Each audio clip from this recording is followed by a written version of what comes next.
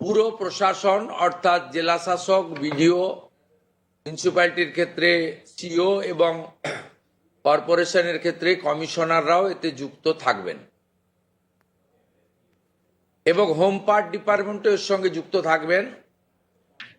Voter তালিকা তৈরি করা সহ আমাদের যারা আধারের কাজ করেন তারাও যুক্ত থাকবেন, অর্থাৎ ওয়েবেল, আইটি সবাই মিলে একটি পরিচ্ছন্ন তালিকা কেবলমাত্র উপযুক্ত যারা প্রাপক তারা পাক, আমরা এটা চাই।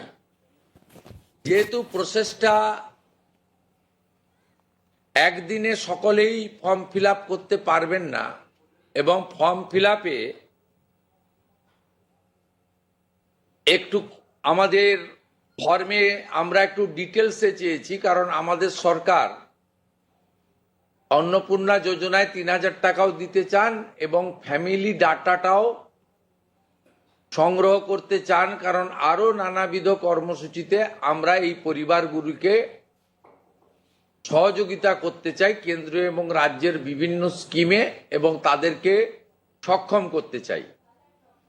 ইতিমধ্যে আয়ুষ্মান ভারতের ক্ষেত্রে আমরা যেমন বলেছি যে আয়ুষ্মান ভারতের রেজিস্ট্রেশন, এনরোলমেন্ট, পোর্টালে নাম নথিভুক্তকরণের প্রক্রিয়া যেমন আমরা শুরু করেছি এবং জুলাই মাসে সম্ভাব্য আমরা কার্ড দিতে পারবো এবং ৮ তারিখে ভারত সরকারের স্বাস্থ্য দপ্তরের সঙ্গে আমাদের আনুষ্ঠানিক মৌ হয়ে যাবে। ইতিমধ্যে আমরা ভার্চুয়ালি মিটিং করে 976 কোটি টাকা এই বর্ষে আমরা তাদের বরাদ্দ আমরা স্যাংশন পেয়ে গেছি। ঠিক সেক্ষেত্রে আমরা বলেছি যে যতক্ষণ না আয়ুষ্মান ভারতের প্রক্রিয়া কমপ্লিট হচ্ছে, স্বাস্থ্যসাথীর সুযোগ থেকে কেউ বঞ্চিত হবেন না। আয়ুষ্মান ভারতে যেমন যেমন এনরোলমেন্ট করে ফ্যামিলি কার্ড বা ইন্ডিভিজুয়াল কার্ড পাবেন তারা স্বাস্থ্যসাথী থেকে বেরিয়ে যাবেন। এক্ষেত্রেও আমরা প্রথমে অ্যাসিওর করছি তাড়াহুড়া করার কিছু কারণ নেই, একদিনে সবাইকে ফর্ম ফিল আপ করতে হবে।